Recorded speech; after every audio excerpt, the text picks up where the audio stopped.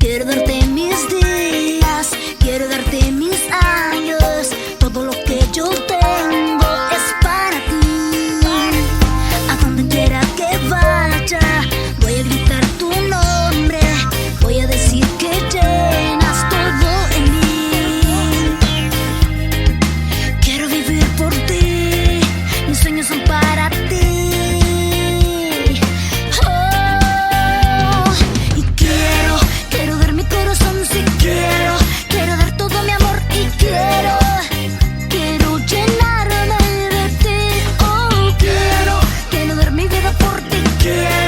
Estar contigo siempre quiero llenarme de ti, oh quiero.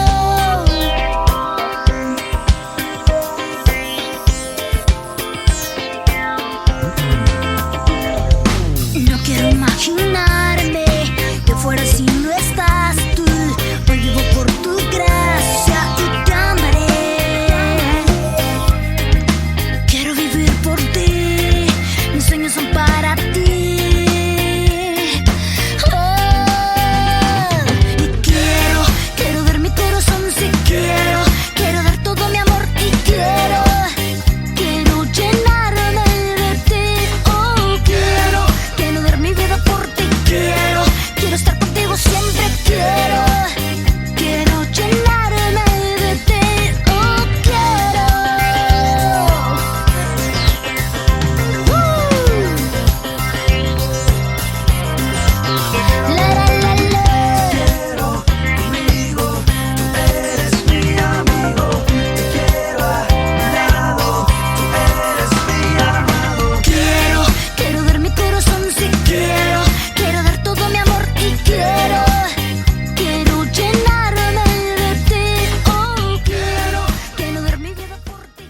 Hola a todos, tengan ustedes muy pero muy buenas noches. Estamos transmitiendo en vivo y en directo desde aquí, desde Santiago del Estero, República Argentina, madre de ciudades, para todo el mundo. Así que te hablo tu servidor, el pastor Alejandro Enríquez. Bueno, hoy tenemos hoy es un día viernes muy especial, es un día patrio aquí en la Argentina.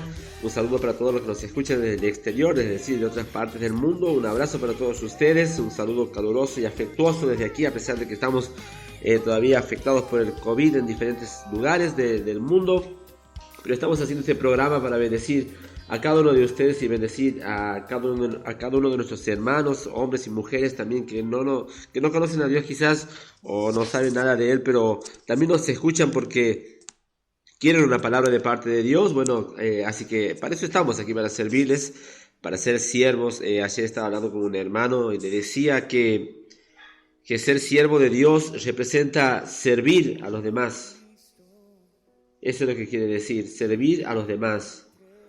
Nosotros somos siervos de ustedes, siervos de los que vienen a los pies del Señor, siervos de aquellos que necesitan de la palabra de Dios. Nosotros somos servidores de ustedes, no es al revés, que ustedes tienen que ser servidores nuestros, no. Eso es un error conceptual y muy malo ubicado dentro de las iglesias, dentro de las jerarquías de la iglesia. Los pastores son servidores primero de Dios, porque a su vez somos servidores de su pueblo, del pueblo de Dios. Así servimos a Dios. ¿Cómo servimos a Dios? Sirviendo a su pueblo. Jesús mismo decía: estuve en la cárcel y no me visitaste, tuve hambre y no me diste de comer. Pero Señor, le dice, ¿cuándo te vimos desnudo y no te vestimos? ¿Cuándo te vimos que tenías hambre y no te dimos de comer? O en la cárcel y no te visitamos. Y dice, cuando no se lo hiciste a uno de estos pequeños. Hay que tener mucho cuidado con eso, Hay que ser muy objetivos, sensatos y centrados en la palabra del Señor y saber bien cuál es el rol de los pastores. El rol de los pastores no es enseñorearse de las almas, primero que nada, porque las almas no son de una iglesia, ni de un pastor, ni de un ministerio. No sé por qué estoy diciendo esto, pero acaba de poner el Señor esto en mi corazón. No es la iglesia del pastor tanto, la iglesia no es del pastor, la iglesia es de Cristo. Podemos decir como nombre de referencia, pero se nos ha hecho una costumbre y digo esto no porque esté mal decir si a qué iglesia vas, yo voy a la iglesia Estrella de la Mañana del pastor Atía. No está mal decirlo. Lo que está mal es vivirlo desde esa perspectiva, sentirlo desde esa perspectiva y sentir que en verdad somos nosotros de ese pastor, y no somos de ese pastor, nosotros somos del pastor de pastores. Entonces tenemos que entender la raíz de ese problema que está golpeando a la iglesia. No es un problema, sino hay muchos otros problemas que están golpeando a la iglesia, y uno es la desinformación, por ejemplo, y el querer ignorar cosas que están sucediendo por decir que somos espirituales. Por lo general, de manera errada, ¿no?, se ha separado lo espiritual lo espiritual de lo secular, o la iglesia de lo secular. Yo no puedo decir que mi trabajo, supongamos que trabaje en un kiosco, mi trabajo es secular. No, porque quien santifica ese trabajo es Dios a través de mi vida, porque en ese lugar es un altar, si yo soy un altar de Dios, porque yo soy un embajador de Cristo en esta tierra. Como no hablo como pastor, sino hablo como hijo de Dios. Soy un embajador. Entonces no existe lo secular. Esto es un engaño del enemigo para tratar de separar las cosas y así dividir los pensamientos de la iglesia. Porque dice la palabra del Señor que tenemos que ser genuinos y no tenemos que ser hombres de doble ánimo. Lo que yo soy en mi casa tengo que ser en la iglesia, y lo que soy en la iglesia y en mi casa tengo que ser en el trabajo. Entonces, ¿dónde está lo secular? No existe lo secular. Esa es una mentira del enemigo. Tenemos que ser genuinos nosotros, como hijos de Dios, y mostrar el poder de Dios, la gloria de Dios, y no ignorar. Soy uno de los que nunca me ha gustado la política. Y se lo digo abiertamente, a mí no me gusta la política, ni me gusta que los cristianos se metan en política. Pero somos seres sociales que estamos en este mundo, pero no somos de este mundo, pero sí estamos en este mundo. Y tenemos una participación, por eso los cristianos, por obligación, vamos a votar, porque es un deber civil. Y vamos a votar y elegimos y ponemos nuestros votos a las personas que creemos que conviene votar, o que pensamos o que seguimos en cuanto a la ideología, digamos, de política. Entonces sí somos parte de la política de esta nación y de la nación a la cual vos perteneces. Lo que está mal es corromperse, lo que está mal es volverse atrás. Lo que está mal en tu trabajo es que vos hagas causa común con los que trabajan con vos. Eso sí está mal. Eso sí, vos te conviertes en una persona secular, te conviertes en una persona carnal, en una persona del mundo, como ellos, imitando sus acciones, copiando sus palabras. Pero no podemos nosotros decir y separar lo secular y ser personas distintas. No, tenemos que ser genuinos, verdaderos, tal cual somos, en nuestra casa, en nuestro hogar, en la iglesia, y así tenemos que ser nuestro trabajo. Entonces no es eso. No es ese el problema, no es el problema la política, no es el problema el trabajo secular. Daniel y sus amigos han convivido, es más, han tratado de borrar su historia, han tratado de borrar sus nombres, han tratado de borrar su árbol genealógico, digamos, por decirlo de una manera, su integridad, lo que ellos eran. Sin embargo, ellos han mantenido su integridad.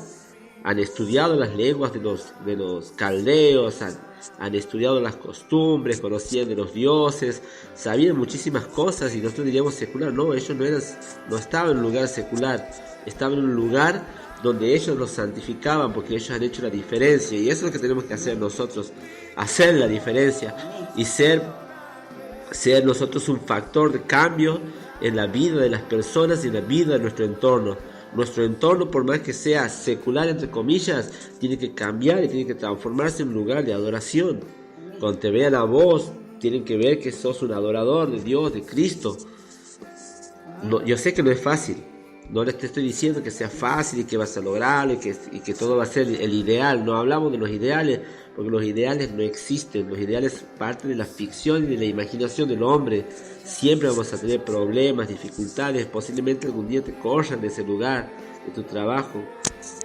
Pero hacerlo con la cabeza bien alta, vete, porque te han corrido por la causa de Cristo. Y Dios te va a bendecir, te va a dar otro trabajo mejor. Pero más allá de eso, hoy tenemos una entrevista que le hace un pastor, otro pastor, no Otoniel Font, sino otro pastor, le hace a Agustín Laje, y quería que escuchemos esta parte de esta entrevista porque es muy buena. Considero que la iglesia no tiene que ignorar estas cosas, sino tenemos que saber, y qué mejor que escucharlo de un pastor y de una persona que conoce de política y que conoce de la situación y de la agenda global que la ONU está llevando a cabo para erradicar a las iglesias cristianas o someterlas. Hay dos caminos nada más. Uno, erradicarlas, arrancarlas de raíces, o que se unan a la agenda global o globalista, como le dicen, ¿sí? Esto ya está profetizado por Daniel, ya está profetizado por el Señor a través de la boca del libro profético de Daniel, así que esto no es ninguna novedad, ni estamos hablando fuera de la Biblia, no.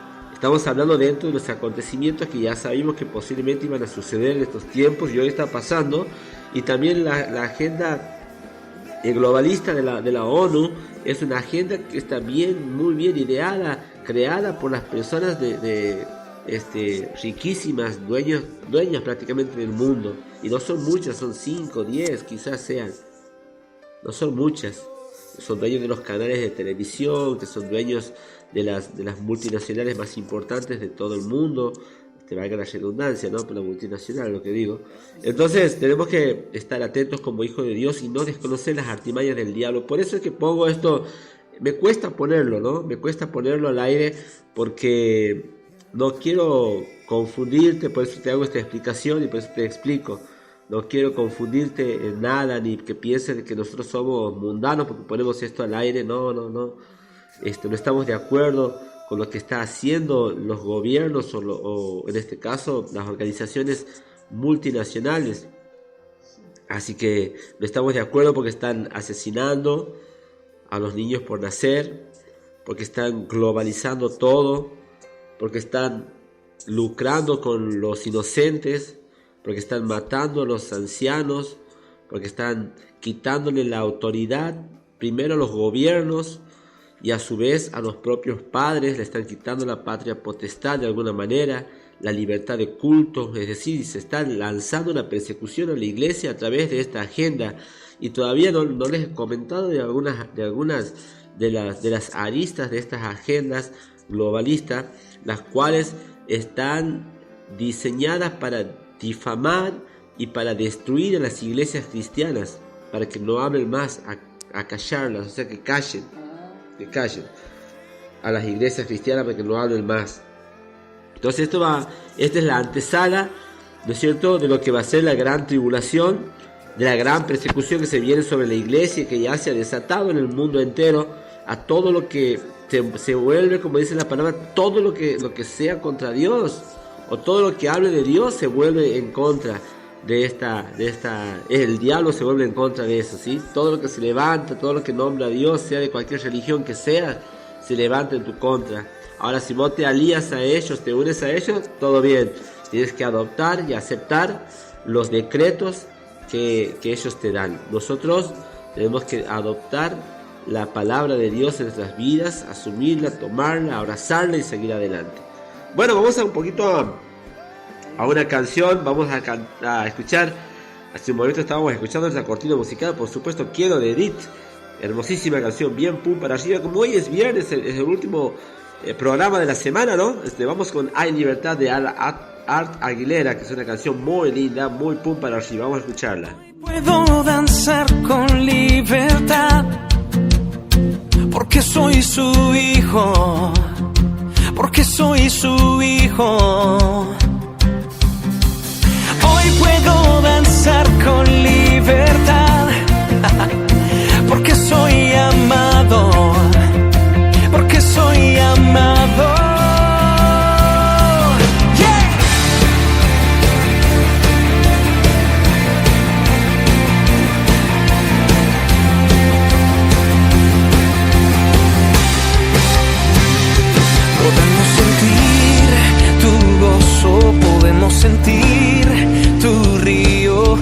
sanidad en las aguas, queremos danzar. Podemos sentir tu gozo, podemos sentir tu río. Hay sanidad en las aguas, queremos danzar. Hay libertad en la casa de Dios, hay libertad en la casa de Dios, hay libertad, hay libertad, hay libertad en la casa de Dios, hay libertad en la casa de Dios, hay libertad, hay libertad. Podemos sentir tu gozo, podemos sentir tu río. Hay sanidad en las aguas, queremos danzar. Podemos sentir tu gozo, podemos sentir tu río. Y hay sanidad en las aguas, queremos danzar. Hay libertad en la casa de Dios, hay libertad en la casa de Dios, hay libertad, hay libertad, hay libertad en la casa de Dios, hay libertad en la casa de Dios, hay libertad, hay libertad, yeah.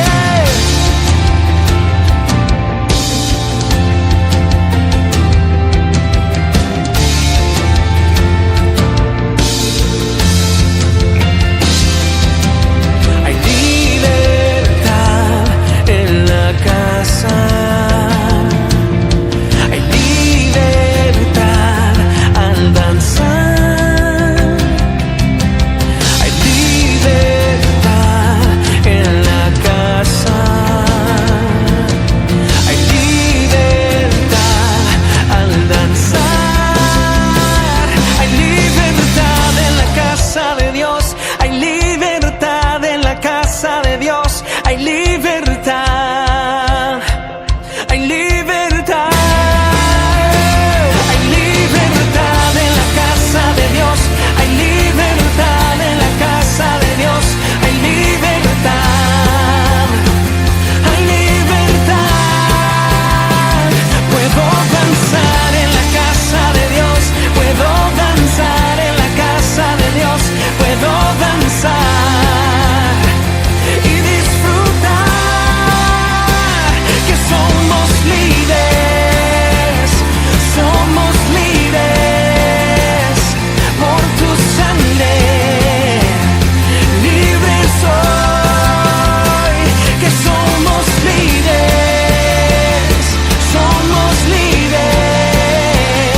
por su sangre, libre soy, libre soy.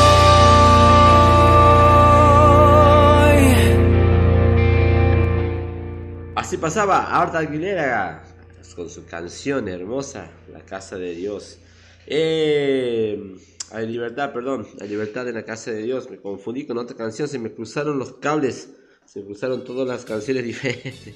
Bueno, qué hermoso que es lo que estábamos hablando hace un momento, que tiene que ver mucho con la iglesia de Dios, pero vamos a escuchar directamente esta entrevista que le hace el pastor Dio a Agustín Laje, a este politólogo que ya lo hemos escuchado el miércoles, creo que el día miércoles hemos escuchado algo de él. Y bueno, he encontrado de nuevo otro video relacionado prácticamente con lo mismo, pero desde otra perspectiva y con preguntas más incisivas. Y me ha gustado mucho, así que quiero compartirlo con ustedes y quiero compartirlo al aire para que todos podamos escuchar las verdades que Dios está en este momento usando la vida de estas personas para que la iglesia... Miren, le voy a decir una cosa, ¿no? Hay una palabra que dice que los hijos de este siglo son más sagaces que los hijos de la luz. Y ahí creo que refleja un poco lo que Agustín Laje, quien no conoce al Señor, está haciendo algo referente a eso, ¿sí? Está siendo parte de esta palabra. Los hijos de este siglo son más sagaces que los hijos de la luz. Mientras nosotros estamos bien, por supuesto, haciendo la obra de Dios, orando al Señor, abocándonos a predicar la palabra del Señor, hay otros factores u otras cosas que están pasando, sucesos que están aconteciendo, ¿no?, a nuestro alrededor, y nosotros estamos ignorando, y no podemos ignorar las cosas. Jesucristo, Él estaba, cuando ha venido a este mundo, Él estaba atento a todo lo que pasaba alrededor, y todos los historiadores y todas las personas que han contribuido a la palabra de Dios, como uno de los historiadores que era, por ejemplo, Lucas era un historiador fenomenal. Hoy estaba escuchando un estudio muy bueno, es muy profundo pero muy bueno, que había había métodos específicos de la época, de personas muy intelectuales y muy estudiosas. Para lograr ser historiadores tenían que seguir ciertas reglas, y Lucas, este hombre, ha seguido al pie de la letra todas estas directivas, digamos, ¿no? Estos métodos literarios para poder ser un historiador. Y él ha escrito San Lucas y Hechos de los Apóstoles, es decir, ¿por qué? Porque lo ha escrito como un historiador. Todos los hechos históricos documentados, por supuesto, documentados, ¿no? Algunos dicen que la Biblia es una irrealidad, qué sé yo, pero desconocen la parte arqueológica, científica y un montón de cosas que desconocen, la parte de la historia. Había un historiador famoso judío que se llamaba Josefo, muy bueno, y él era del siglo I, sí, así que él ha hablado mucho sobre la historia, y ahí sí nos ha demostrado la historia de Josefo, que era judío, no cristiano. Ha demostrado que muchas de las palabras y de los hechos que han sucedido escritos por San Lucas, él también los asevera, los afirma, digamos, que ha sido verdad. ¿Por qué? Porque paralelamente a la Biblia se ha escrito la historia de este judío Josefo, historiador del primer siglo, imagínate, 90, 100 años después 100 años de la era cristiana, digamos, el año 100 de la era cristiana, ahí nomás a poquito tiempo de que la iglesia se ha multiplicado y se ha expandido por todo el mundo, ¿no? Así que Flavio Josefo se llamaba. Él ha escrito un gran historiador, y Lucas también era un gran historiador, así que él han documentado, entre ellos dos se ve la gran veracidad de la palabra, digamos, así que no podemos ignorarla, ¿no?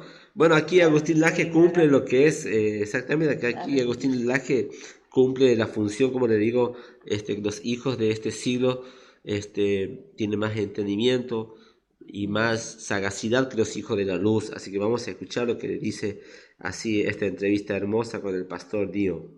Bueno, señores, felicidades. Hoy tenemos un invitado de lujo y le vamos a sacar el jugo rápido porque tiene corto el tiempo, y se lo habíamos ofrecido desde Argentina. Un hombre controversial, un hombre de vanguardia, un hombre que ha venido a reescribir y a reforzar el pensamiento de derecha, muy carente de intelectuales de su nivel. Y así es que recibimos con un aplauso a nuestro hermano y amigo Agustín Laje.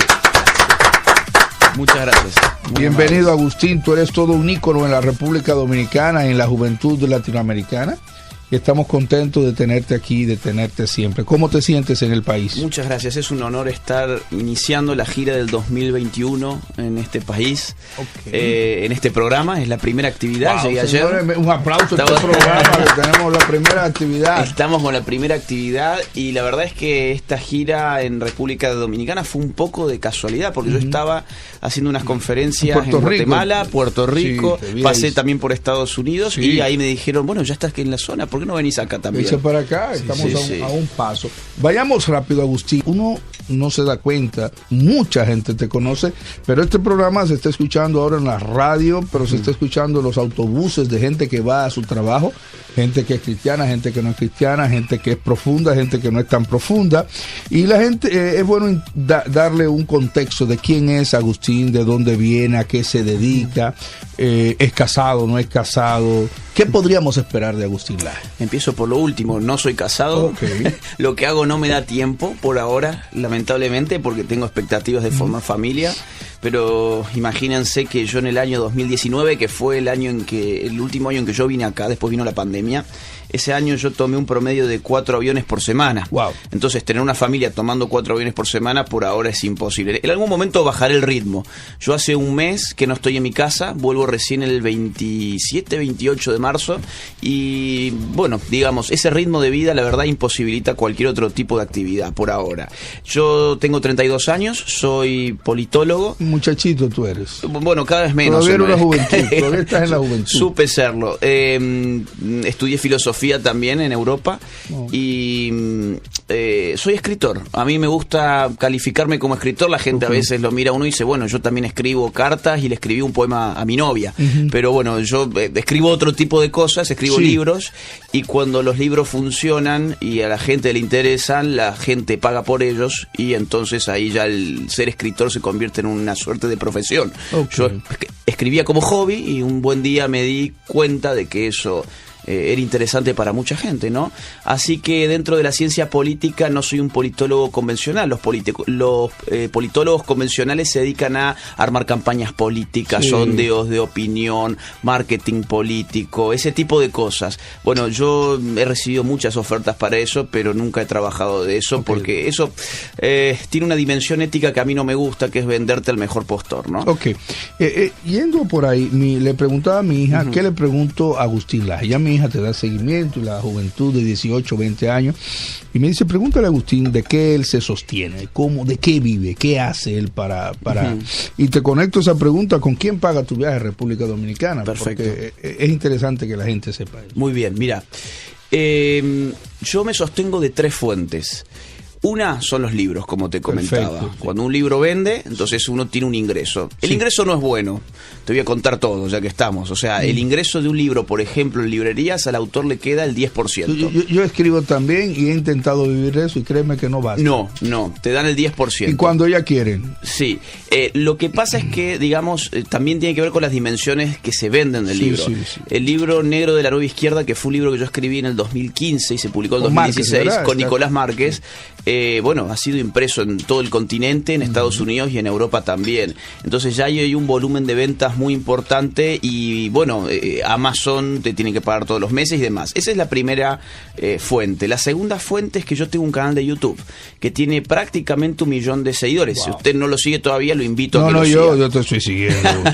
Señores, sigan a Agustín Laje también. Y YouTube cuando no te desmonetiza, porque cuando uno habla contra el feminismo, contra la ideología de género, contra el aborto, en general te van a desmonetizar. Pero cuando tenés la suerte de que no te desmonetiza, YouTube te pasa publicidades. Y por la publicidad te paga. Entonces ahí tengo otra fuente de ingreso. Y la tercera fuente de ingreso es algo que se llama Patreon.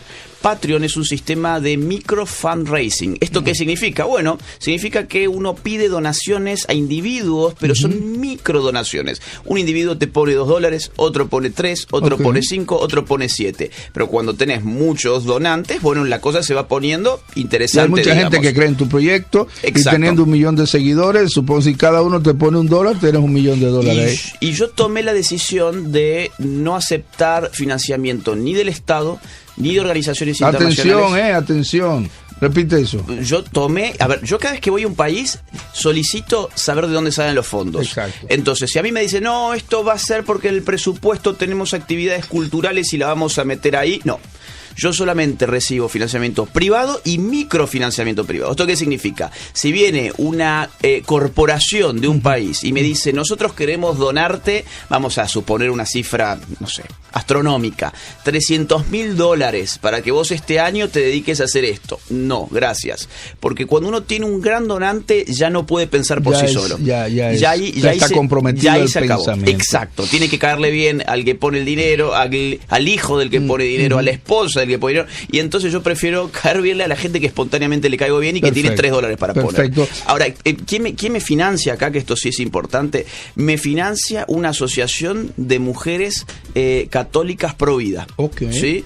Son un grupo de mujeres que se han movido para pagar mi hotel, mi pasaje y los honorarios que yo en las giras también tengo. Entonces ese también es una fuente de ingreso. Excelente.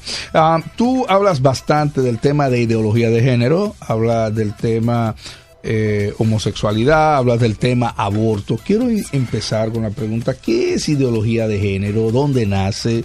¿Cómo opera? ¿Quién la sustenta? ¿Quién la financia? ¿De qué manera se presenta? ¿Y cuáles son los peligros que ofrece para nuestro país? Son muchas preguntas que ameritan en verdad casi una conferencia, pero voy a hacerlo muy rápido. Por eso te lo hago en estilo ametralladora. Bien, lo hago súper sintético. A ver, la ideología de género, primero que nada, no es algo nuevo. Es fruto del pensamiento posmoderno que arranca más o menos a la mitad del siglo XX. No importan ahora los autores porque no hay tiempo para eso. ¿Qué dice la ideología de género? La ideología de género, para ponerlo muy simplemente, te dice que la sexualidad humana y la identidad de nuestra sexualidad no está determinada en nuestra biología. Nosotros podemos tener una biología u otra, pero eso no tiene ninguna correspondencia con nuestros roles sociales, no tiene ninguna correspondencia real con lo que nosotros somos, no tiene ninguna correspondencia real con nuestra autopercepción. Lo que realmente uno puede hacer cuando se da cuenta de que la biología es una especie de tiranía, porque nos han dicho de que si uno tiene cierto genital. Yo nací varón y yo no tengo que ser varón porque yo nací varón. Eso mismo es. Yo nací varón, pero el hecho de que yo tenga cierta genitalidad o ciertas hormonas no tiene nada que ver con... Es como yo me sienta. Es como yo me sienta. Eso es la ideología de género. Es pensar de que la mente de uno basta para generar la propia realidad. Esto es un absurdo. Desde cualquier punto de vista esto es un absurdo porque hay determinaciones biológicas que no son subvertibles por la mente. ¿Y eso en qué conecta con la política? Porque tú eres politólogo. ¿Cómo?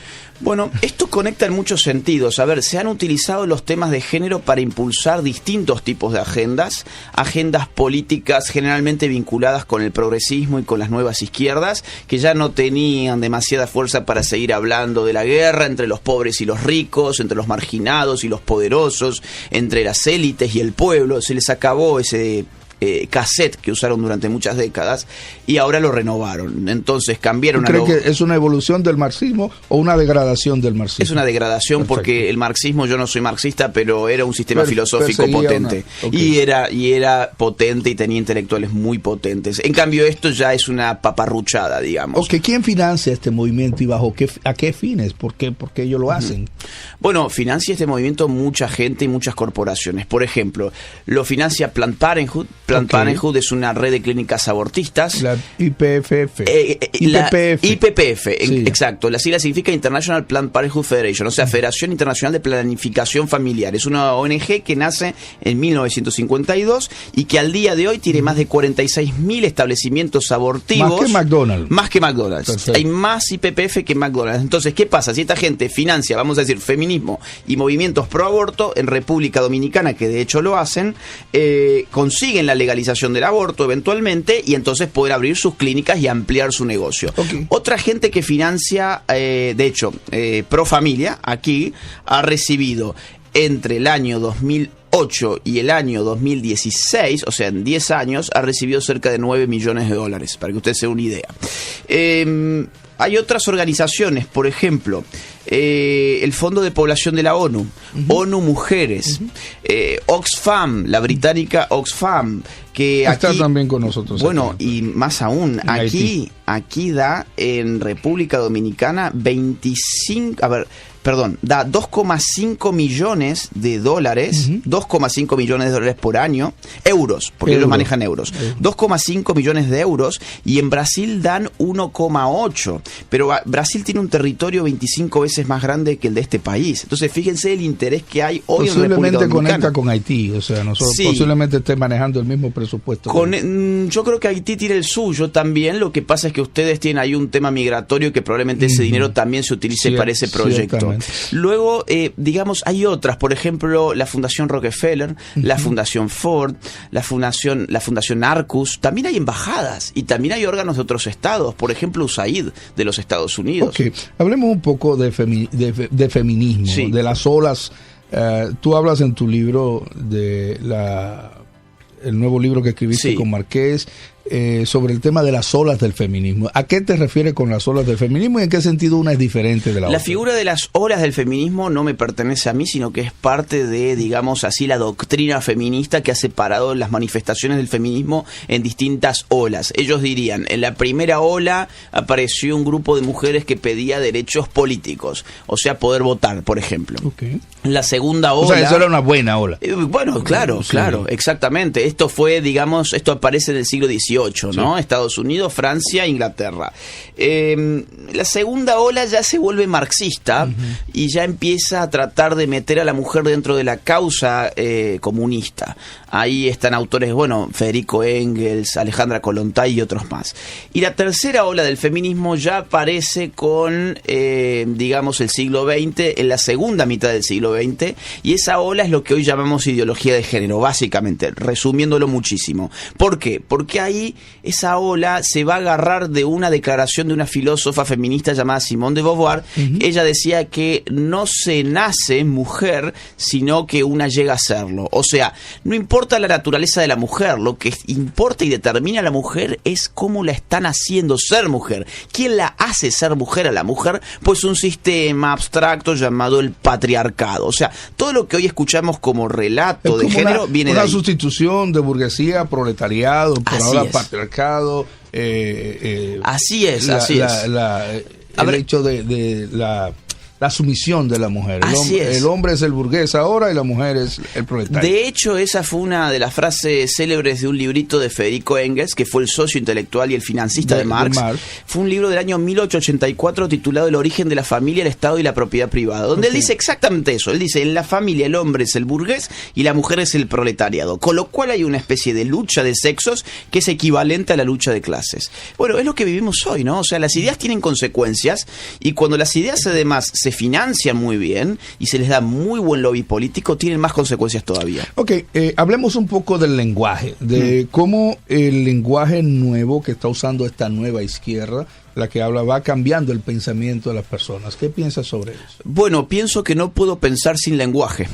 Primero que nada, intente la audiencia tener un pensamiento significativo sin utilizar palabras. Lo único que van a poder tener son sensaciones. Por ejemplo, un perro tiene sensaciones. Si un perro se pincha con una espina, el perro va a sentir el dolor. Bueno, eso es algo automático. El perro no está pensando.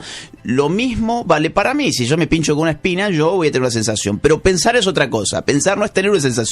Es elaborar enunciados lógicos. Ahora, para yo elaborar un enunciado necesito palabras que estén dentro de ese ¿Cuáles enunciado. son esas palabras que están usando? Cualquier. Ahora lo que estoy hablando. Exacto. Lo que yo estoy hablando es lo que yo estoy pensando en este momento. Ahora bien, si usted no puede pensar sin palabras, significa que la materia prima del pensamiento son las palabras. Si yo modifico sus palabras, yo estoy modificando la materia prima de su pensamiento. Por lo tanto, yo puedo modificar su pensamiento modificando las palabras que usted usa. Le voy a poner un ejemplo. Sí, vamos a adaptar ese ejemplo a lo que estamos viviendo con ideología de género. Sí. ¿Cuáles tú crees que son los cambios sustanciales Por de ejemplo, ese lenguaje? sí. Ok. Por ejemplo, cambio de sexo. Okay. Eso es es un nuevo término que todo el mundo lo utiliza. Entonces, la gente se pregunta, ¿y fulanito de la farándula se va a cambiar el sexo al final o no se va a cambiar el sexo? ¿Se puede Supóngase. cambiar el sexo? Y ahí está el punto, no se puede cambiar el sexo. ¿Por qué? Porque el sexo no se reduce a una cirugía genital. El sexo no se deposita en los genitales, el sexo está Cuando un hombre en todo nuestro cuerpo. le cambian el sexo, ¿le quitan los testículos? Es que no se le puede quitar el sexo. Le quitan los testículos, pero el sexo no se cambia. Ese es el punto. ¿Sigue el cerebro funcionando igual? Bueno, Mandando las mismas... a ver, hay una diferencia entre lo que es el cerebro masculino y el cerebro femenino por muchas razones, pero el cerebro se mantiene tal cual y lo más importante, la información cromosómica de hasta la última célula de su cuerpo se mantiene tal cual. Por lo tanto, su funcionamiento hormonal se mantiene igual. Por lo tanto, el sexo no puede cambiar. Y lo que tiene que hacer esa persona es empezar a, por ejemplo, bloquear sus hormonas, inyectarse hormonas que su cuerpo no produce y empieza una carrera contra la biología de su cuerpo que está perdida de antemano. En el momento en que esa persona deje de meter sus hormonas en el cuerpo, la barba le vuelve a salir, la voz se le vuelve a gruesar, el cuerpo empieza a a sufrir las modificaciones típicas que generan las En hormonas. conclusión, no se cambia el No sexo. se cambia el sexo, pero todos hablamos en esos términos porque nos ha cambiado el lenguaje. ¿Qué otro término se usa, sobre todo en el tema del aborto? Bueno, en el tema del aborto se utilizan, por ejemplo, consignas como la mujer tiene derecho a decidir sobre su cuerpo. Perfecto. Y eso lo acepta todo el mundo. Entonces, a ver, lo que yo respondo a eso es, bueno, te están engañando con las palabras que están usando. ¿Por qué? Porque no es su cuerpo. Vos, al aceptar la premisa de que es su cuerpo lo que se aniquila con el aborto, estás partiendo de una premisa falsa. Lo que se aniquila del aborto es un cuerpo genómicamente autónomo respecto de la madre. ¿Qué significa esto? Que el cuerpo del niño que es aniquilado en un aborto tiene una individualidad genética que lo hace ser, además de parte de nuestra especie, lo hace ser distinto de la madre y del padre. De hecho, tan distinto es el niño que se puede aniquilar que, digamos, puede tener otro sexo, puede tener otro factor sanguíneo, tiene otro ritmo cardíaco, es otro individuo totalmente distinto que por un periodo de tiempo determinado, suele ser 9 meses, se aloja allí para desarrollarse, pero eso no lo hace ser parte del cuerpo. ¿Es una madre una mujer que no tiene un niño que ha nacido? Mientras el niño está en el vientre, ¿es una madre? ¿Cómo tú defines eso? Bueno, fíjese que ese también es uno de los grandes engaños de nuestro tiempo. Es la consigna que dice, vos no sos nadie para decir si esa mujer tiene o no tiene que ser mamá.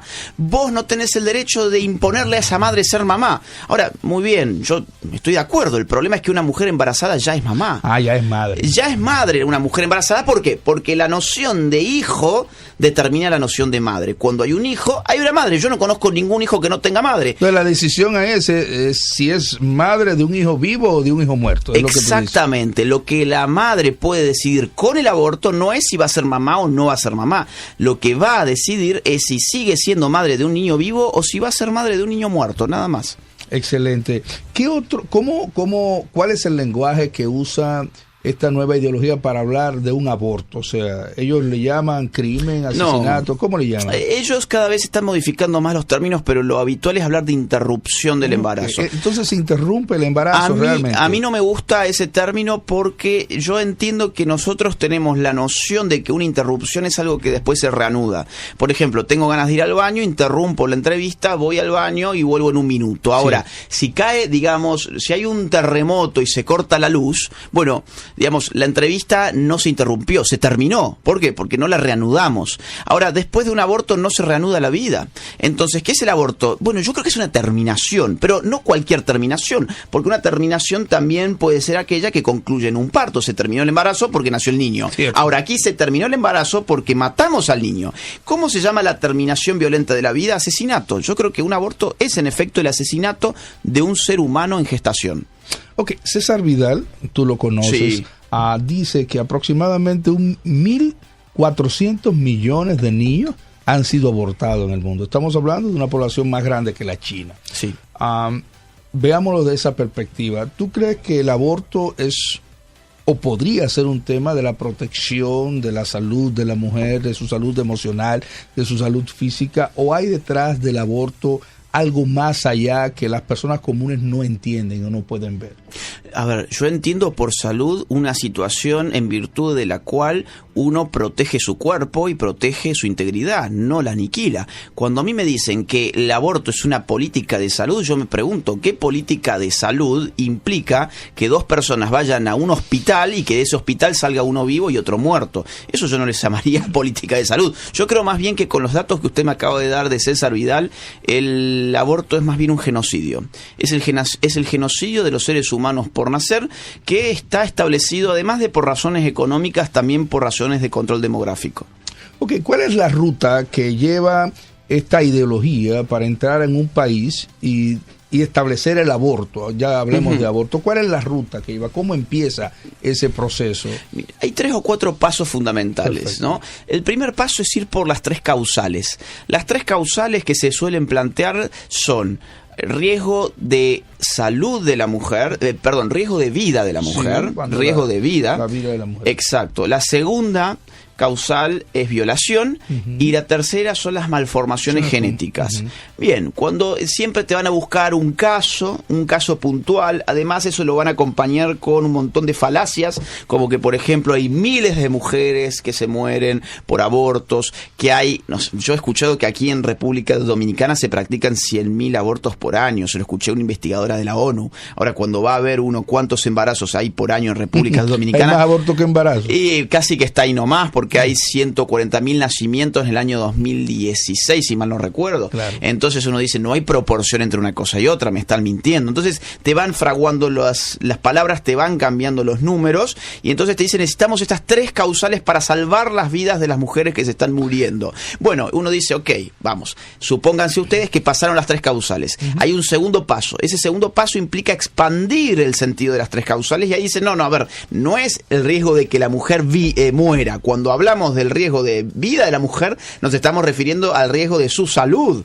Y dentro de salud uno va y ve la OMS, ¿qué entiende la OMS por salud? Y entiende salud integral en términos de la armonía perfecta entre salud física, mental y social. Por lo tanto, el Estado empieza a permitir abortos allí donde la mujer va y le dice a un médico, mire, yo me siento estresada, me siento angustiada, me siento deprimida, me siento ansiosa por el embarazo, así que está en riesgo mi salud integral. ¿Según quién? La OMS. Bueno, venga, un aborto. La OMS hoy es el Ministerio de Salud Global. Entonces, eso, por ejemplo, me peleé con mi novio, me peleé con mi familia por este embarazo, está en riesgo mi salud integral social. Entonces, venga, le hago un aborto. Y con la violación, lo que suelen hacer es que ya le dejan de pedir a la mujer, por ejemplo, que inicie una demanda. La justicia ya no imputa a nadie, ya no se procesa a nadie, no se investiga el caso de la violación, sino que basta con que la mujer vaya y firme. Sí, me violaron acá, lo juro. ¿Dónde lo firmo acá, listo, hagamos un aborto. O sea que al cabo de un tiempo tendremos aborto libre. Irrestricto. Y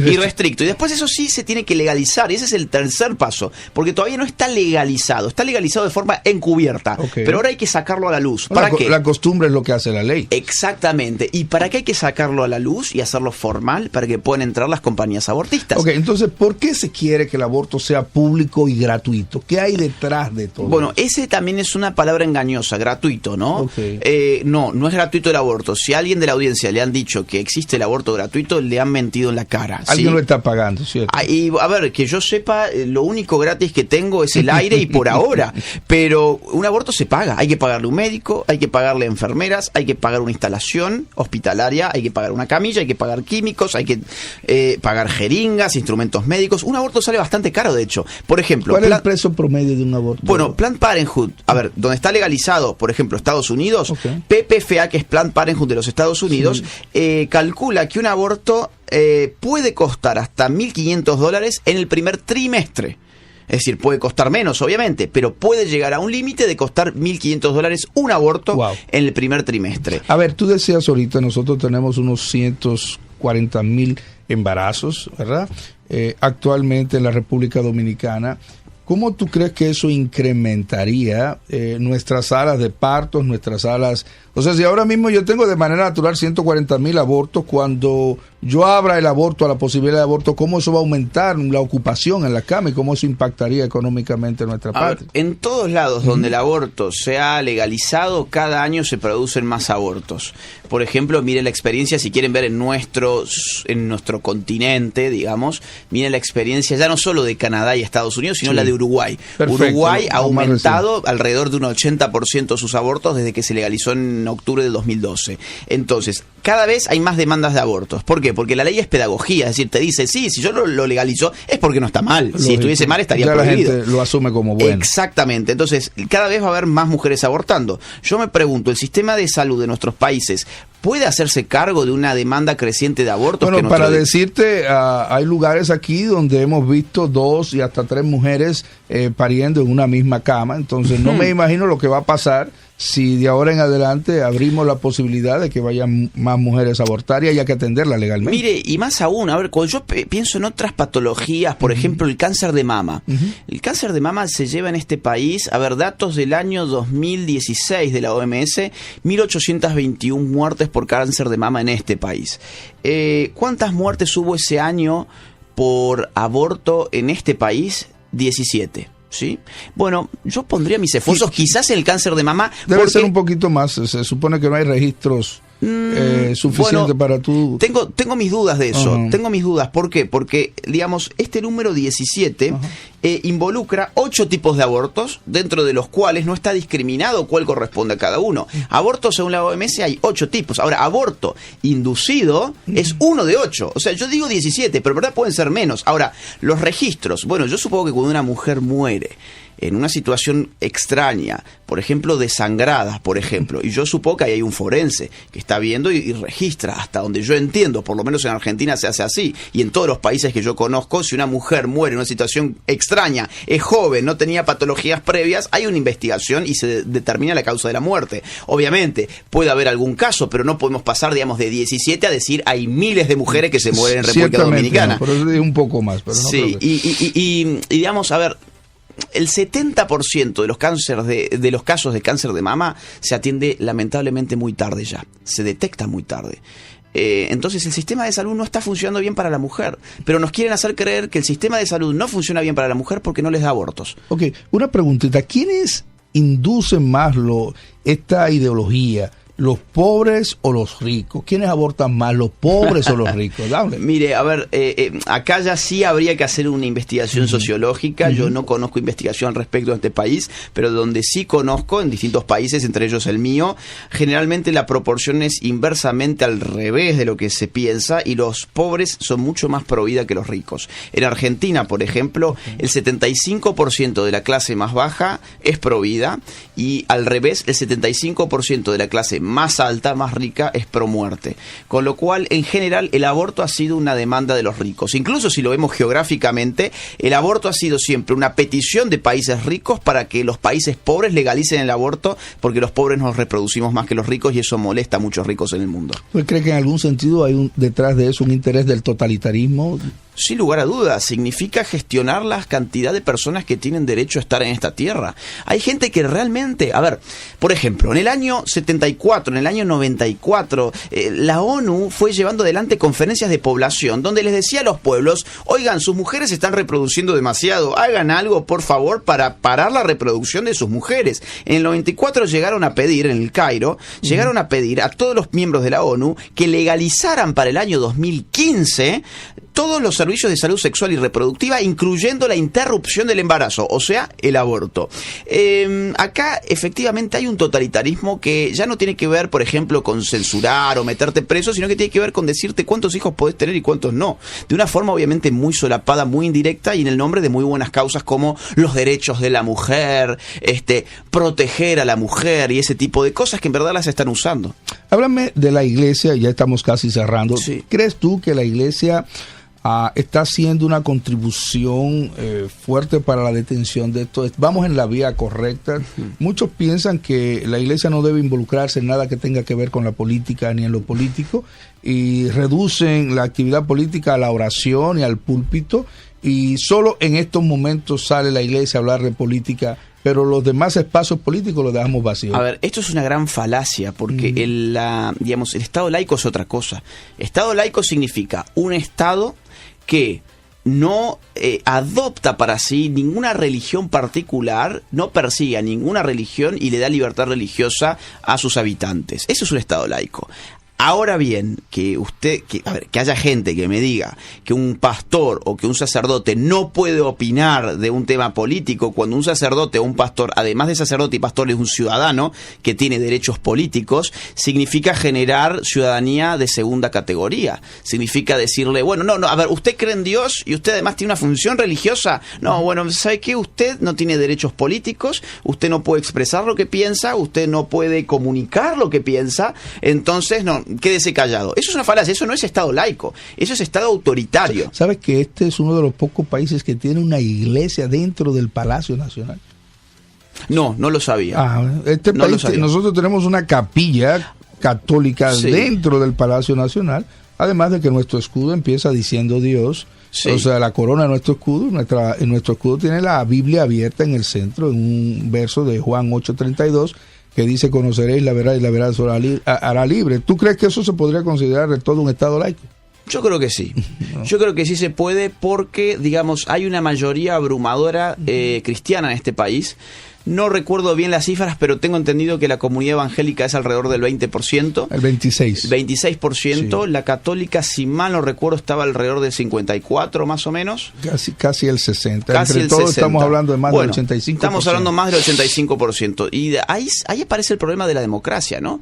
¿Qué es la democracia? Bueno, la democracia es el gobierno de las mayorías. Muy Perfecto. bien. ¿Y el Estado laico qué es? Bueno, el Estado laico es un Estado que le permita a las religiones existir. Acá hay judíos, por ejemplo, musulmanes, ateos, agnósticos, o van presos por ser judíos. Hay escuelas judías, hay escuelas ateas, hay escuelas... Bueno, eso para mí es un Estado laico. ¿Qué no sería un Estado laico? Un Estado que dijera, miren, esta es la religión oficial del Estado y por lo tanto ustedes tienen que asumirla como propia.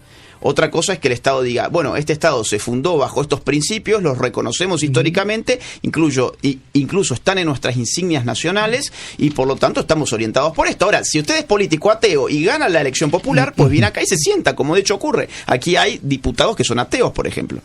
Ciertamente. Bueno, vamos cerrando la entrevista. Quería saber si podrías aconsejarle a la iglesia algo para prevenir lo que está pasando en relación a su intervención política. O sea, ¿cómo logramos espacio allí para detener un poquito la ola? Porque no solo desde los púlpitos podremos hacerlo. No, las iglesias se excluyeron de la política y de la vida ciudadana, creyendo ser en muchos casos esta falacia de que ellos, como eran iglesias, no tenían derechos políticos.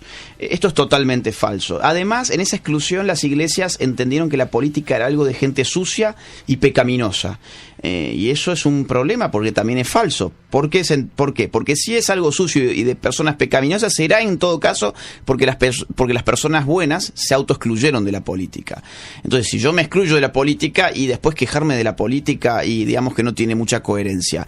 Ahora, afortunadamente, las iglesias se están dando cuenta que ellas tienen un rol activo en la vida social, en la vida cívica y en la vida política, y yo animo como sugerencia a que los pastores, los curas, los líderes religiosos, no solamente cristianos, también judíos, musulmanes, mormones, aprovechen la comunicación que tienen con los fieles para contarles lo que está pasando, instruirlos en lo que está pasando y animarlos a resistir. Vienen 4 años muy difíciles para esta nación. Estados Unidos ha, digamos, penetrado mucho ideológicamente este país en la era Obama. Durante la era de Donald Trump esto, por suerte, cesó bastante, sí. Pero ahora estamos en la era Biden, ¿sí? Y la era Biden va a ser peor que la era Obama. Así que hay que armar nuestros anticuerpos culturales para defender las convicciones patrias, para defender la libertad, para defender la vida y la familia. Y en eso la iglesia va a ser un pilar fundamental y no hay que tener miedo de decirlo. Todos somos ciudadanos iguales ante la ley, se supone. A mí tener una fe o ir a una misa o ir a una homilía o ir a una prédica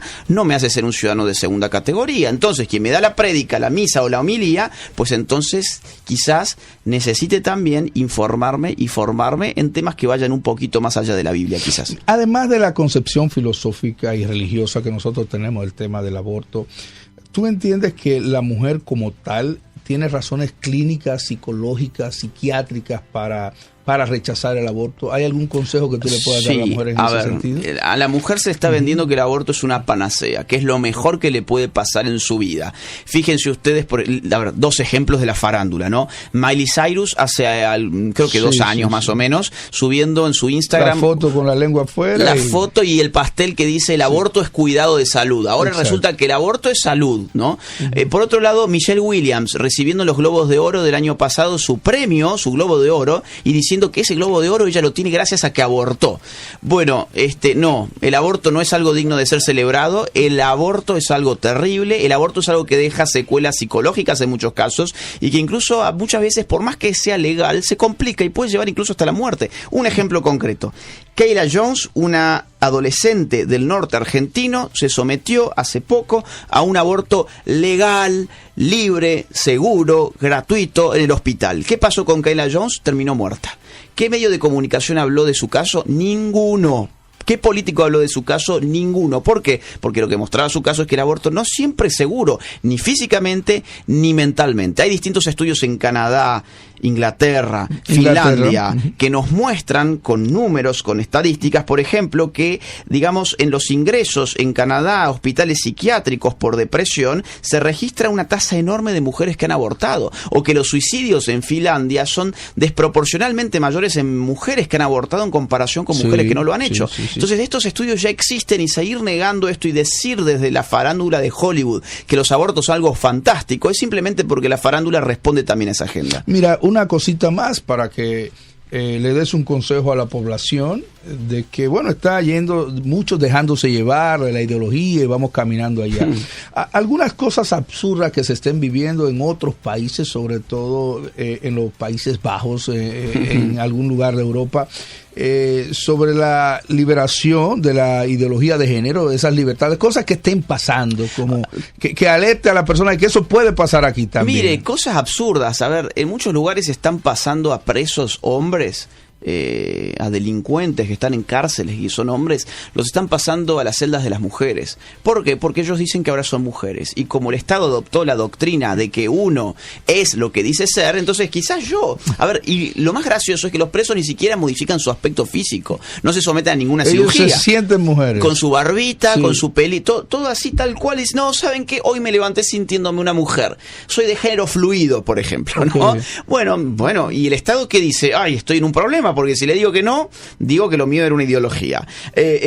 Así que mejor le digo que sí, y poner en riesgo después a las mujeres presas. Por ejemplo, ha habido casos en Estados Unidos de un violador que terminó preso en una cárcel de mujeres y duró un par de meses porque empezó a acosar a las presas. Ha habido casos en Inglaterra, ha habido casos en Argentina, en mi ciudad, Córdoba, donde un sujeto, un delincuente, lo pasaron a la cárcel de mujeres y terminó embarazando a una presa, por ejemplo. Y ha habido cerquita de aquí, en Costa Rica. O sea, no hay que irse a los Países Bajos. Ya está acá en Centroamérica. Costa Rica tuvo hace poco, hace creo que 2 años, el caso de un travesti que lo pasaron a la celda de mujeres y quiso violar a una reclusa y la reventó a garrotazos, ¿sí? Wow. Entonces, casos como estos, ni hablar en los deportes, hombres que se están metiendo en los deportes de mujeres a ver si les va mejor que en los de los hombres, diciendo que son mujeres, gente que se autopercibe como menor de edad, por ejemplo, hay gente adulta que dice ser un niño atrapado en el cuerpo de un adulto. Ahí viene el sexo intergeneracional. Ahí viene la pedofilia. Que es un cambio del lenguaje a la pedofilia. Eso es. Perfecto. Eso es. En Holanda dicen que los hombres están ahora queriéndole imponer a los hombres que orinen sentados. Eso es en Suecia. En Suecia. En Suecia. Sí, en los baños públicos han intentado disponer estas ridiculeces. Y bueno, miren, no nos vayamos hasta allá, vamos a Argentina, que está un poquito más cerca. Anoche me enteraba de que había pasado una ley de paridad musical. Wow. Una ley de paridad musical. ¿Qué impone esta ley? Que en todo escenario de la República Argentina donde se esté ofreciendo un concierto de música haya por lo menos un 30% de mujeres. ¿Y qué pasa si mi banda somos 5 amigos y yo? Bueno, tenés que contratar un par de bailarinas para que te ayude. Bueno, mira, conociendo tú, teniendo el termómetro del tema del aborto a nivel mundial, ¿verdad? Ya te despido con esta pregunta, sé que va para otra emisora. ¿Cómo ves la República Dominicana? ¿Cuáles son las amenazas que ve en nuestro país? ¿Y cuáles son las acciones que entiende deberíamos tomar para no entrar en para no hacer lo mismo que otros países han hecho? Por ejemplo, ya tu país, Argentina. Mire, vuelvo a un dato que di recién. Pensemos en cuánto dinero están recibiendo los grupos de género LGBT, feministas y abortistas en República Dominicana, y lo comparemos con países muchísimo más grandes y que reciben incluso menos. Más aún, si comparan ustedes cuánto reciben de acá de IPPF, distintas organizaciones abortistas, usted se va a dar cuenta que aquí está recibiendo más dinero que en Argentina, por ejemplo. Entonces, la pregunta es, ¿por qué hay tanto interés en República Dominicana? Yo creo que hay tanto interés en República Dominicana y en general en los países que están en esta región, porque son los países que más están resistiendo. Son los que más están resistiendo, y a lo que le temen la gente de esta agenda, estas élites, es que este país o otros países como Guatemala, por ejemplo, se levanten contra esto y empiecen a generar un efecto dominó, que sean la luz de nuestra región, que reviertan, que los chiquititos sean una suerte de David contra Goliat y empiecen a salir muchos otros David en muchas otras naciones. Por eso yo vengo acá, porque para mí acá hay una luz de esperanza. Vengo de Guatemala, donde también hay una luz de esperanza. ¿Cierto? Entonces yo les pido como argentino, vengo de un país donde esta agenda ya se cumplió casi por entero, hace un par de meses se legalizó el aborto, que resistan y que le den un ejemplo a nuestra región para que nuestra región pueda empezar a revertir esto. ¿Cómo se hace eso? Movilizándose, votando bien, presionando a los políticos, dejando de consumir a los periodistas que desinforman, haciendo de las redes sociales un campo de lucha cultural. Hay muchas cosas para hacer. De hecho, el día 27 hay una caravana prohibida. Bueno, vayan. Sí, vamos para allá, claro. Estamos todos invitados. De hecho, hoy vamos para el Congreso también. Agustín, agradecemos tu visita aquí. Muchas gracias. Que te hemos extendido el tiempo. Señores, un aplauso para Agustín Laje. Muchísimas gracias. Siempre bienvenido a nuestro país y gracias por lo que hace en función de educar las mentes y poder resistirnos a cosas que sabemos que no nos llevan por bien. Un abrazo para ti. Ha sido un gusto, un abrazo grande. Saludos a la audiencia. Dios te bendiga. Igualmente. Bye. Bien, así pasaba este reportaje que le hacía el pastor Dio a Agustín Laje. Bueno, como hemos podido escuchar, tenemos gran participación en todas las áreas, especialmente en poder difundir, en ser un frente de ataque a todas estas cosas que están sucediendo y que se están imponiendo, ¿no? Le están quitando la autoridad a los presidentes, a las patrias, ¿no es cierto? A nuestra patria, le están quitando la autoridad luego a los integrantes de ese país o de esa nación, y así nos van a quitar luego la patria potestad de nuestros hijos, que no nos van a dejar hacer nada. Va a haber una currícula, digamos, que viene ya del Ministerio de Educación, y lo van a educar a nuestros hijos como ellos quieran, como les parezca, de acuerdo, no como ellos quieran, sino de acuerdo a la agenda globalista de la ONU. Es decir, si lo diríamos nosotros como religiosos, dirían estos fanáticos religiosos, pero está diciendo una persona que conoce de política, que es un político o un politólogo, un gran escritor, y que conoce bien el trasfondo de todo esto, con datos. Él mismo decía en la entrevista anterior de que él trabaja con datos en la mesa, es decir, con papeles reales, verdaderos, no con suposiciones o con nada de eso, simplemente con datos reales y verdaderos, y con estadísticas, que eso sería lo ideal, digamos, para nosotros los cristianos manejarnos, pero a su vez saber que la palabra de Dios ya nos advertía de esto, pero tenemos que nosotros luchar en contra de esto y ser una voz que defienda a los que están sufriendo, defienda a los que están llorando, a los niños que son abortados, que están por nacer, que están siendo gestados dentro del vientre de la mamá. La mamá dice: no se metan con mi cuerpo, yo soy a hacer lo que yo quiera con mi cuerpo. Y la ciencia ya ha probado de que desde el momento de la gestación, los cromosomas que lleva el bebé en la panza de la mamá, el feto, digamos, ya tiene, creo que son, no me acuerdo si son 23 o 26 cromosomas de la mamá, 26 del papá, y ya tiene otro orden genético, ya tiene otras características, digamos, propias de una persona. Es así, ya la ciencia lo dice. Entonces, como ignoran la ciencia, pero ya ignoran todo, no solamente a la palabra de Dios, a la iglesia, al Señor, a nuestro Dios, sino también ignoran la misma ciencia a la que ellos a veces acuden para poder refutar la palabra de Dios y humillar a los cristianos. Sin embargo, Dios nos da las herramientas para poder luchar a través de las redes sociales, a través de las plataformas virtuales, y tenemos que luchar, defender y ser la voz de los inocentes, la voz de aquellos que no pueden hablar. Bueno, hoy es un día viernes, así que seguimos con la música. Vamos a escuchar ya para despedirnos una canción muy linda de Eduardo Maya, de Que Me Vale. Será hasta el lunes, si Dios quiere. Vamos a ver qué nos traerá el Señor, qué tipo de programa tendremos. Dios solamente lo sabe. Estás en RCB Internacional, Radio Cristiana Bereshit, tu servidor, el pastor Alejandro Enríquez, desde Santiago del Estero, República Argentina, y para todo el mundo, transmitiendo para todos ustedes. Un abrazo grande a todos nuestros escuchas, a toda la audiencia. Un abrazo grande a los que nos están, por supuesto, que se han conectado desde otras partes del mundo, a Eric de Ecuador, junto con André Barco, que también se conectan siempre a la radio. Así que un abrazo a todos ustedes, y que Dios los bendiga muchísimo. Será hasta el lunes, Dios mediante. Nos despedimos con esta canción de Eduardo Maya, Lo que me vale. Y con eso me basta, eres todo maestro, tengo paz en mi alma, tú moras en mi casa, y si viene el invierno, vienes tú y nos abrazas, y es que yo he comprendido que en la vida todo pasa, nada tiene sentido, Señor, si tú nos faltas, ¿de qué sirve afanarme? ¿De qué sirve agobiarme? Si yo miro hacia el frente, hay cosas importantes, como tener la vida, la salud, la familia, la luz del nuevo día, y en saber que me cuida, en levantarme cada mañana con una sonrisa, de ver a los míos como el Señor a mí me los cuida, de gozarte alegría y tenerte en mi vida, y eso a mí me vale, a mí me vale, llega la noche y en mis sueños tú estás presente, duermo tranquilo sabiendo, Señor, que tú me proteges, esa paz inunda mi casa y familia, y eso a mí me vale, y a mí me vale.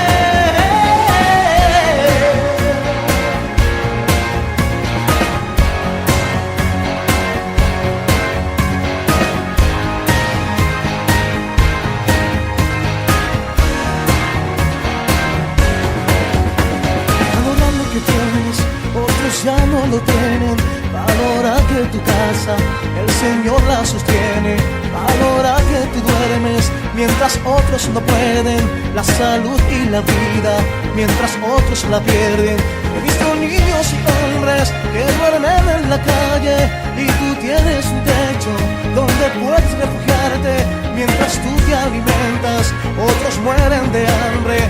Por eso, como he dicho, valora lo que vale. Es levantarme cada mañana con una sonrisa, ver a los míos como el Señor a mí me los cuida, que gozar de alegría y tenerte en mi vida, y eso a mí me vale, a mí me vale. Llega la noche y en mis sueños tú estás presente, duermo tranquilo sabiendo, Señor, que tú me proteges, esa paz inunda mi casa y familia, y eso a mí me vale, a mí me vale. Me vale soñar, me vale despertar, me vale que en mi casa tengo paz y seguridad.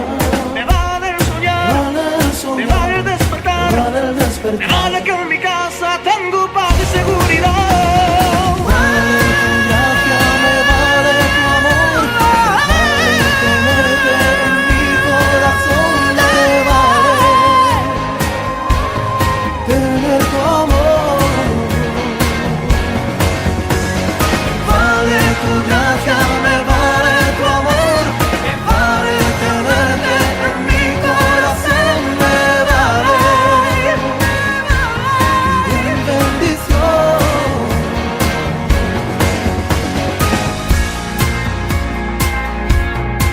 Porque dulce es el sueño del trabajador, coma mucho, coma poco, mas el rico, aún la abundancia, no le deja ni de dormir.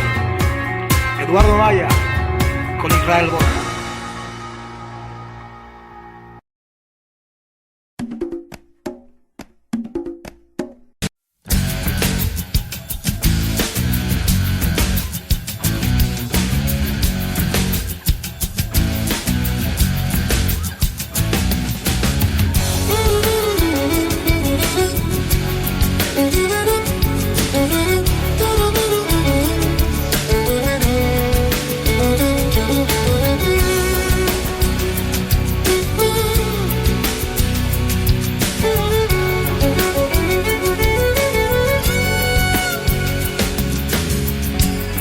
Cuando sientas que las cosas no van bien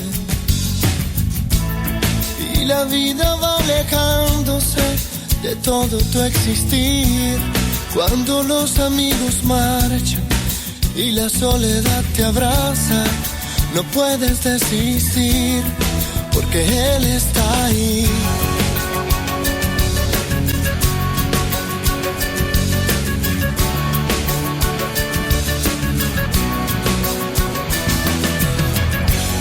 Cuando sientas que te aprieta el corazón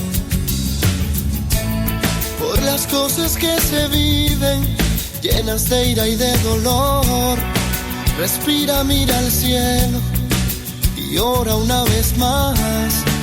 Dile no a la injusticia, porque Él está ahí.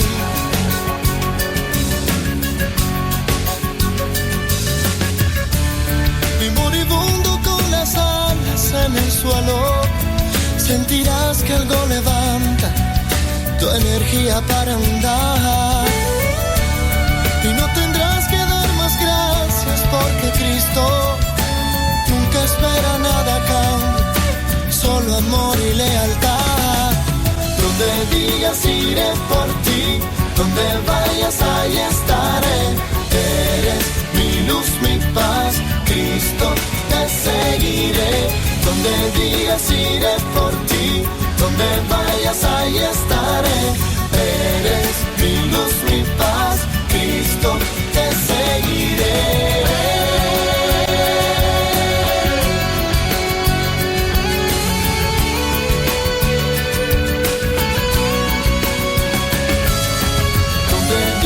Iré por ti, donde vayas ahí estaré.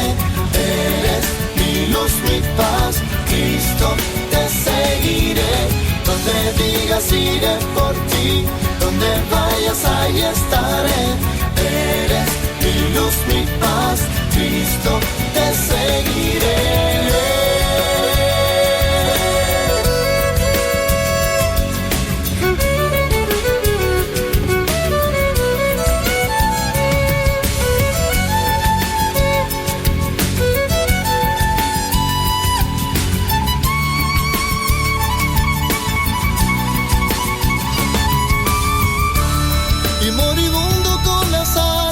En el suelo sentirás que algo levanta tu energía para andar. Y no tendrás que dar más gracias, porque Cristo nunca espera nada a cambio, solo amor y lealtad. Donde digas iré por ti, donde vayas ahí estaré. Eres mi luz, mi paz, Cristo te seguiré. Donde digas iré por ti, donde vayas ahí estaré. Eres mi luz, mi paz, Cristo te seguiré. Donde digas iré por ti, donde vayas ahí estaré. Eres mi luz, mi paz, Cristo te seguiré. Donde digas iré por ti, donde vayas ahí estaré.